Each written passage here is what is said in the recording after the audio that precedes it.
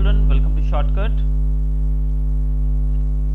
आज हम पढ़ेंगे chapter number 6 weathering the storm in Ersama from our moments book of class 9th। तो ये कहानी है एक साइक्लोन के बारे में जो कि उड़ीसा के तट से टकराया था 1999 में, और इसमें हज़ारों की संख्या में लोग मारे गए थे और सैकड़ों हज़ारों की संख्या में जो गांव थे, शहर थे, वो बर्बाद हो गए थे। तो यहाँ पर एक यंग मैन है, एक यंगस्टर है जिसका नाम है प्रशांत। वो किसी तरीके से एक घर की छत के ऊपर अपने आप को बचा पाया और लगभग कुछ समय के बाद 2-3 दिनों के बाद उसने डिसाइड किया कि वो अपने गांव जाएगा। यानी कि वो किसी के घर गया था और वहां पर वो स्टॉर्म में फंस गया और घर के छत के ऊपर इन्होंने किसी तरीके से दिन बताया, 1-2 रातें बिताई और तीसरे दिन उसने डिसाइड किया कि वो अपने गाँव वापस जाएगा। क्या उसको उसकी फैमिली मिली, क्या उसका परिवार उसको मिला, चलिए ढूंढते हैं इस कहानी के माध्यम से। चलिए शुरू करते हैं। On 27th October 1999, 7 years after his mother's death, Prashant had gone to the block headquarters of Asama, a small town in coastal Orissa, some 18 kilometers from his village, to spend the day with a friend. तो बात की गई है 17 अक्टूबर 1999 की, और प्रशांत की माँ को गुजरे हुए 7 साल हो चुके थे और प्रशांत जो है वो एरसामा गया हुआ था, एक छोटा सा विलेज, एक कोस्टल टाउन है। वो एरसामा क्या है, एक छोटा सा कोस्टल टाउन है उड़ीसा के अंदर, जो कि सिर्फ 18 किलोमीटर दूर है उसके गांव से। वहां वो क्यों गया था? अपने मित्र के साथ, अपने दोस्त के साथ एक दिन बिताने के लिए, यानी कि एक दिन अपने दोस्त के साथ बिताने के लिए। In the evening a dark and menacing storm quickly gathered. Winds beat against the houses with a speed and fury that Prashant had never witnessed before. अब अचानक शाम को वातावरण घिर आया, काले बादल छा गए और तेज हवाएं घरों की दीवारों से टकराने लगी बहुत तेजी से। ऐसी हवाएं जो आज तक कभी प्रशांत ने नहीं देखी थी। Heavy and incessant rain filled the darkness. Ancient trees were uprooted and crashed to the earth. जो ये माहौल था, इस तरह का पहले कभी नहीं देखा गया था। चारों तरफ घने बादल छाए हुए काले रंग के, और इसी दौरान तेज हवा चल रही है और उसी के बीच बारिश आ गई, बहुत तेज जबरदस्त बारिश।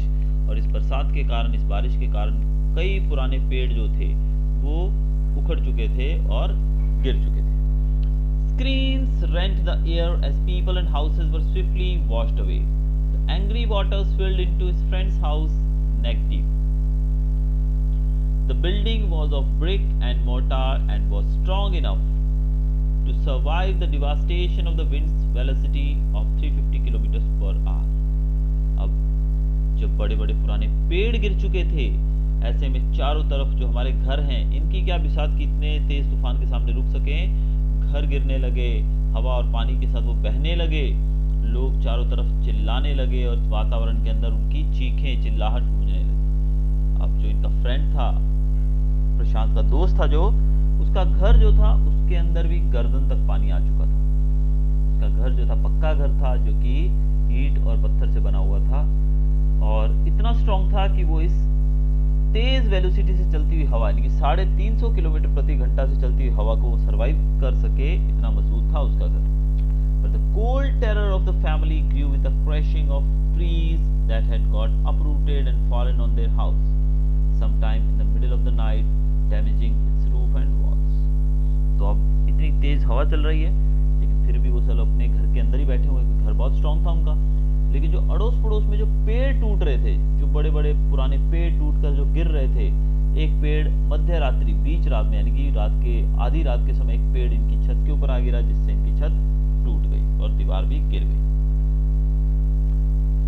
The crazed destruction wrought by the cyclone and the surge of the ocean continued for the next 36 hours. Although wind speeds had reduced somewhat by the next morning, to escape the waters rising in the house, Prashant and his family's friend had taken refuge on the roof. Prashant will never forget the shock he experienced at the first glimpse of the devastation wrought by the super cyclone in the grey light of the early morning. अब प्रशांत और उसका दोस्त जो है वो घर के अंदर थे, लेकिन छत गिर गई थी, जिससे बचने के लिए इन लोगों ने, अब वैसे तो घर मजबूत था, लेकिन जो घर के अंदर पानी भर आया और ठंड के कारण फिर इनको भी, टूटने के कारण इनको भी वहां से निकलना पड़ा और ये छत पर जाकर बैठ गए। ये जो साइक्लोन था लगभग 36 घंटे तक इसी तरीके से बरसता रहा, चलता रहा, लेकिन इसकी विंड की स्पीड जो थी वो थोड़ी जरूर कम हो चुकी थी। अब अगले दिन सुबह प्रशांत इतना ज्यादा शॉक्ड था। किस चीज से वो शॉक था?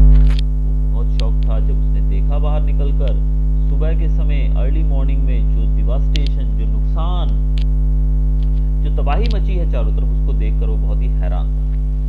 A raging, deadly brown sheet of water covered everything as far as the eye could see.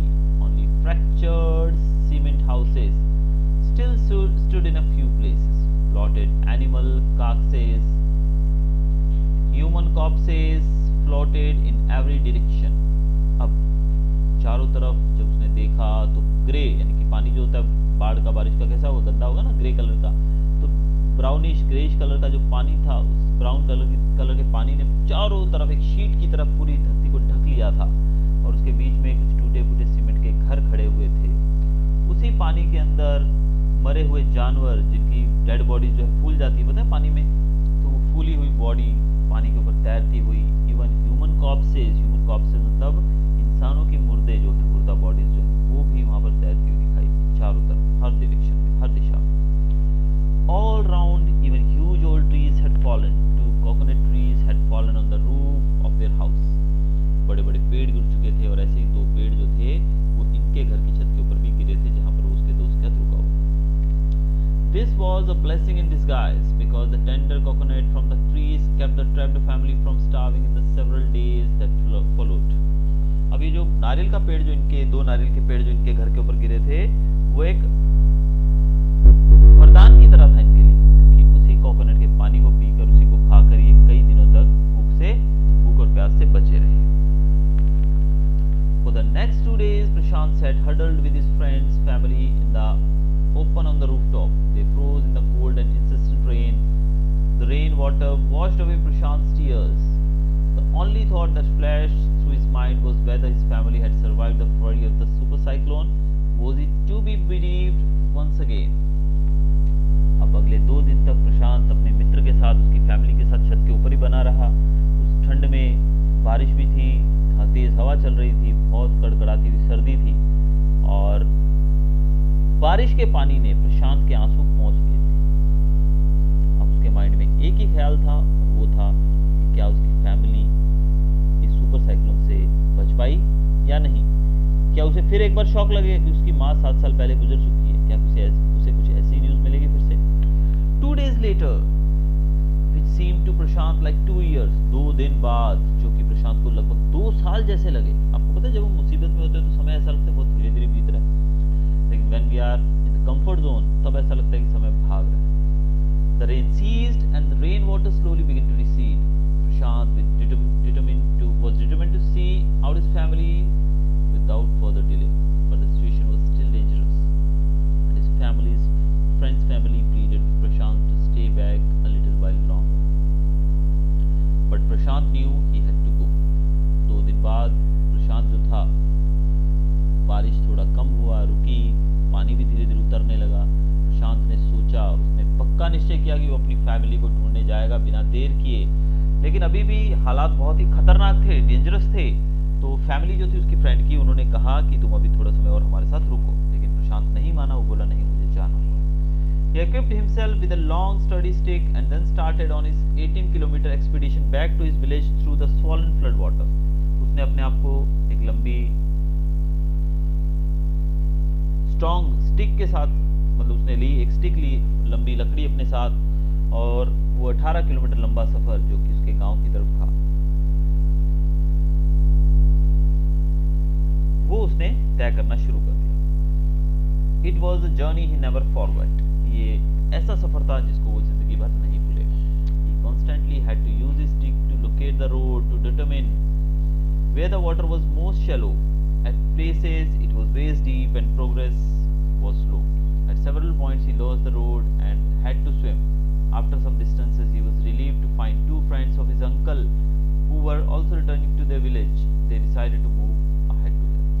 अब प्रशांत ने अपने साथ एक लकड़ी ली और उस लकड़ी के स्टिक के माध्यम से वो पानी के अंदर नीचे गहराई चेक करता था कि कहाँ पर गहराई कम है, उस तरफ से चलता था, और रोड को चेक करता कि रोड के ऊपर वो चल सके।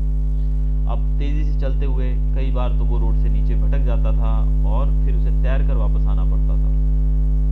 पानी कुछ जगहों पे तो कमर तक गहरा था, जिसमें चलने में बहुत ही दिक्कत होती थी। तभी रास्ते में उसको उसके अंकल के दो दोस्त मिल गए, जो कि विलेज को रिटर्न हो रहे थे, वो भी विलेज वापस जा रहे थे। तो इन्होंने डिसाइड किया कि वो साथ में आगे बढ़ेंगे। As they waded through the water, the scenes they witnessed grew more and more macabre.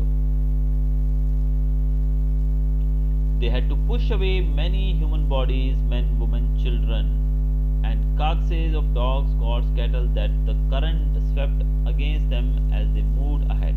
In every village that they passed, they could barely see a house standing. Prashant now wept out loud and long. He was sure that his family could not have survived this catastrophe. अब वो आगे बढ़ने लगे तो आगे दृश्य और ज़्यादा भयानक होने लगा।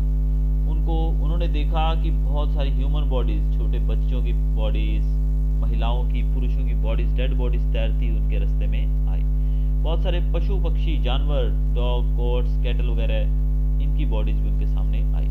बड़ी मुश्किल से इन्होंने उनको लाठी से धकेल के साइड में किया और वहां से आगे बढ़े। जिस भी गांव से वो गुजरते थे वहां पर एक भी घर खड़ा हुआ नहीं था, यानी कि सब कुछ तबाह हो चुका था। ये देखकर प्रशांत जोर जोर से रोने लगा और उसको ऐसा लगने लगा कि उसकी फैमिली इस आपदा में नहीं बची होगी।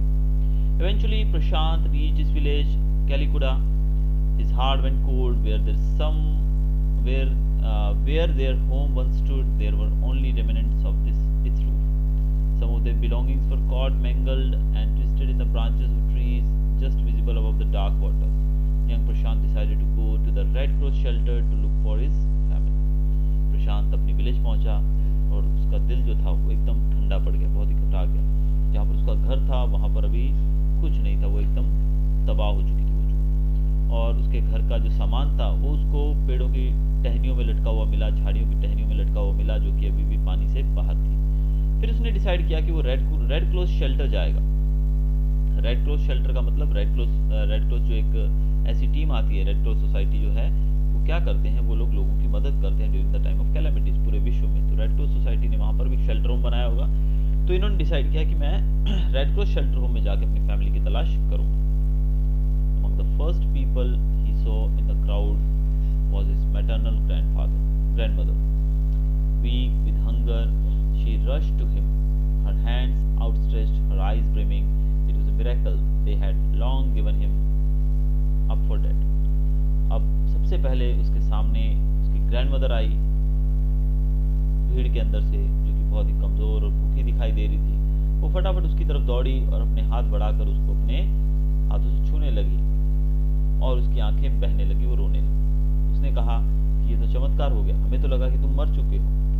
Quickly word spread and his extended family gathered around him and hugged him tight in relief. Prashant anxiously scanned the motley battered group, his brother and sister, his uncle and aunts, they all seemed to be there.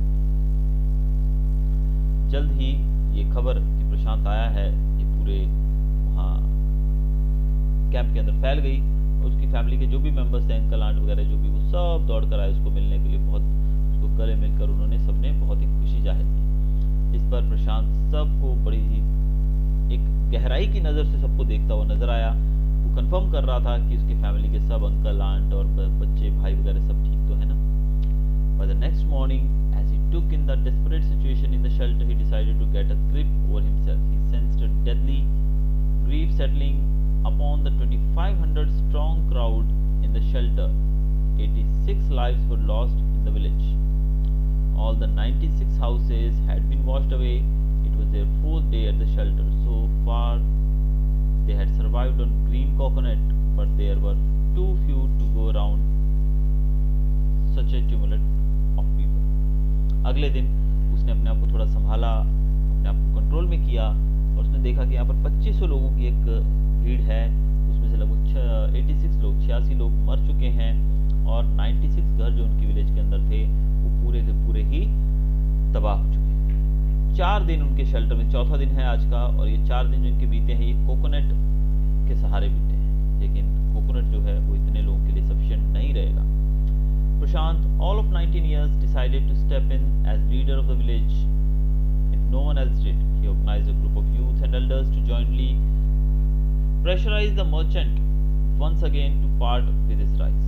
This time the delegation succeeded and returned triumphantly, wading through the receding waters with flood for the entire shelter.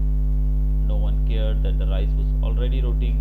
Branches from fallen leaves, trees were gathered to light a reluctant and slow fire on which to cook the rice. For the first time in 4 days, the survivors of the cyclone shelter were able to fill their bellies. His next task was to organize a team of youth volunteers to clean the shelter of filth, urine, vomit, and floating carcasses, and to tend to the wounds and fractures of the many who had been injured. प्रशांत 19 साल का था। वो बड़ी strongly खड़ा हुआ और उसने decide किया कि वो एक टीम बनाएगा। तो उसने यंगस्टर्स की एक टीम बनाई और गांव का जो मर्चेंट था, जो गांव का जो साहूकार था, उसको प्रेशराइज किया कि तुम जो तुम्हारे पास राइस है, चावल का जो भंडार है वो हमें दे दो ताकि हम लोगों को खिला सकें। क्योंकि ऐसी आपदा की सिचुएशन में एक दूसरे की मदद करना ये हमारा फर्ज बनता है। तो वही इसने डिसाइड किया और इन्होंने एक ग्रुप लिया, अपनी टीम ली, एक यंगस्टर्स की एक ग्रुप बनाया, टीम बनाई और वो उस मर्चेंट से मिलने गए और मर्चेंट जो था वो राजी हो गया इनको मदद देने के लिए। तो पहली बार 4 दिनों के अंदर पहली बार इन लोगों के, इस ग्रुप के लोगों के पेट में कुछ खाना गया था। अब तक ये सिर्फ और सिर्फ नारियल खाकर और पीकर ही जीवित थे। फिर अब दूसरा टास्क जो उसके सामने था वो ये था कि इस शेल्टर के अंदर जो फिल्थ यानी कि जो गंदगी, अब देखो 2,500 लोग इसमें रहेंगे तो चारों तरफ पानी ही पानी है, डेड बॉडीज हैं, वॉमिट, यूरिन, गंदगी इस तरह की, इंजर्ड लोग हैं, बीमार लोग हैं, उन सब की वो मदद करेगा और साफ सफाई करेगा चारों तरफ। ये डिसाइड किया उसने कि जो गंदगी है उसको साफ करेगा, इस शेल्टर हाउस को साफ करेगा और जो वुंडेड, चोट खाए हुए लोग हैं उनको दवा दारू करेगा। On the 5th day, military helicopter flew over the shelter and dropped some food parcels. It then did not return. The youth task force gathered empty utensils from the shelter. Then they deputed the children to lie in the sand left by the waters around the shelter with these utensils on their stomachs to communicate to the passing helicopters that they were hungry. The message got through, and after that the helicopter made regular rounds of the shelter, airdropping food and other basic needs. अब जो दूसरा task था वो था पेट भरने के लिए खाना और जुटाना।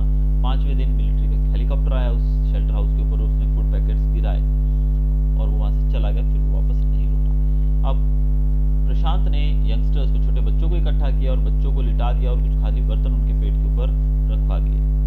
अब जब हेलीकॉप्टर वहां से गुजरता था तो वो हेलीकॉप्टर में से जब वो देखा जाता था कि बच्चे जो है अपने पेट के ऊपर बर्तन रखकर लेटे हैं, तो इससे एक सिग्नल दिया जाता था, एक कम्युनिकेशन किया जाता था हेलीकॉप्टर के साथ कि हम लोग भूखे हैं, हमें खाना चाहिए। इसके बाद वो हेलीकॉप्टर जो था वो रेगुलरली आता था और इनको बेसिक जरूरत की चीजें इनको देकर जाता था। Prashant found that a large number of children had been orphaned. He brought them together and put up a polythene sheet shelter for them. Women were mobilized to look after them while the men secured food and materials for the shelter. प्रशांत ने देखा कि उस group के अंदर बहुत सारे ऐसे बच्चे हैं जो अनाथ हो चुके हैं, जिनके माता पिता गुजर चुके हैं। प्रशांत ने उन सबको एक प्लास्टिक शीट बांधकर उसके नीचे इकट्ठा किया और फिर उनकी देखभाल के लिए महिलाओं को लगाया और पुरुषों को उनके लिए खाना जुटाने का काम दिया गया। As the weeks passed, Prashant was quick to recognize that the women and children were sinking deeper and deeper in their grief. अब हफ्तों गुजर गए, वीक के बाद ऐसा लगने लगा कि ये जो लोग हैं, मतलब उस ग्रुप के अंदर, उस कैंप के अंदर जो लोग हैं, धीरे धीरे डिप्रेशन में जाते जा रहे हैं क्योंकि सब लोगों का सब कुछ खो चुका था। He persuaded the women to start working in the food for work program started by an NGO, and for the children he organized sports events. अब प्रशांत ने महिलाओं को एक एनजीओ होती है हमारी नॉन गवर्नमेंट बॉडीज जो होती हैं, उन बॉडीज के द्वारा काम शुरू किया गया था जहाँ पर वर्क प्रोग्राम शुरू किया गया, फूड फॉर वर्क, यानी कि अगर आप काम करोगे तो बदले में आपको खाना मिलेगा। तो प्रशांत ने महिलाओं को वहाँ काम करने के लिए कहा और बच्चों के लिए उसने स्पोर्ट्स इवेंट्स शुरू किए, ऑर्गेनाइज किए sports event. He himself love to play cricket, उसको खुद को क्रिकेट खेलना पसंद था, so he organise cricket matches for the children, इसलिए वो बच्चों के लिए क्रिकेट मैच ऑर्गेनाइज करता था। प्रशांत engaged with other volunteers in helping the widows and children to pick up the broken pieces of their lives. प्रशांत ने दूसरे वॉलंटियर्स के साथ मिलकर जो विधवा लोग थे जिनके पति गुजर चुके थे, ऐसी महिलाएं वो और जो छोटे बच्चे थे, उन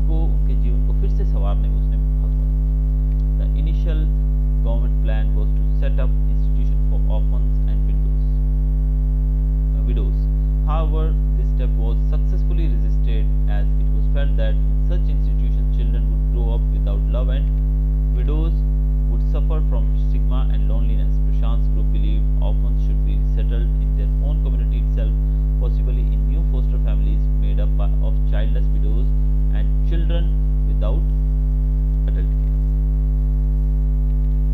अब ऐसा डिसाइड होता है, देखिए गवर्नमेंट क्या करती है इस सिचुएशन के अंदर, जो बच्चे ऑर्फन हैं उनको अनाथालय में भेज देती है, विधवाओं को भी विधवा गृह जो होते हैं गृह और आश्रम होते हैं उनके वहाँ भेज देती है। लेकिन यहाँ पर प्रशांत ने ऐसा नहीं होने दिया। प्रशांत ने कहा कि अगर इन लोगों को ऐसी इंस्टीट्यूशन में भेजा जाएगा तो वहाँ पर इनको वो प्यार जो मिलना चाहिए वो नहीं मिल पाता है। ऐसे में उसने डिसाइड किया कि अगर इन बच्चों को हम अपनी कम्युनिटी के अंदर ही बसाएं, यानी कि ऐसी फैमिली जिनके बच्चे नहीं है, अगर हम वहाँ पर इन बच्चों को गोद दे दें, जैसे कि वहाँ पर वो लोग बच्चों को पालें, तो इन बच्चों को एक फैमिली मिल जाएगी और यही ग्रुप मिल जाएगा, और विधवाओं को भी इसी प्रकार से किसी न किसी घरों में बसा दिया जाए तो इनकी अच्छी केयर हो सकती है।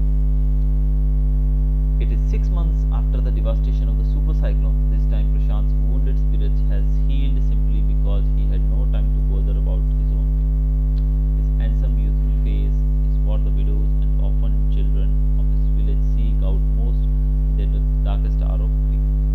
अब 6 महीने गुजर चुके हैं इस घटना को, सुपर साइक्लोन गुजर चुका है, लाइफ फिर से पटरी पे आती जा रही है। प्रशांत जो कि पूरे तरीके से टूटा हुआ था, उसके पास समय नहीं था अपनी समस्या के बारे में बॉदर करने का, अपने दुख को जताने का उसके पास समय नहीं था, और इसीलिए अब वो काफ़ी अपने आप को रिलीव्ड फील कर रहे थे। उसने बहुत सारे लोगों की मदद की, खासकर जो उस कैंप के अंदर, उस विलेज के अंदर जो यंगस्टर्स थे, जो बच्चे थे, वो ऑर्फन चिल्ड्रन खासकर जो कि अनाथ हो चुके थे, और विधवा महिलाएं, उनके लिए प्रशांत और उसके ग्रुप ने बहुत ही बड़ा काम किया था। तो इस प्रकार प्रशांत जो था अब उस गांव का, उस ग्रुप का एक हीरो बन चुका। तो ये था हमारा chapter weathering the storm in Ersama. Hope you enjoyed the video. Thanks.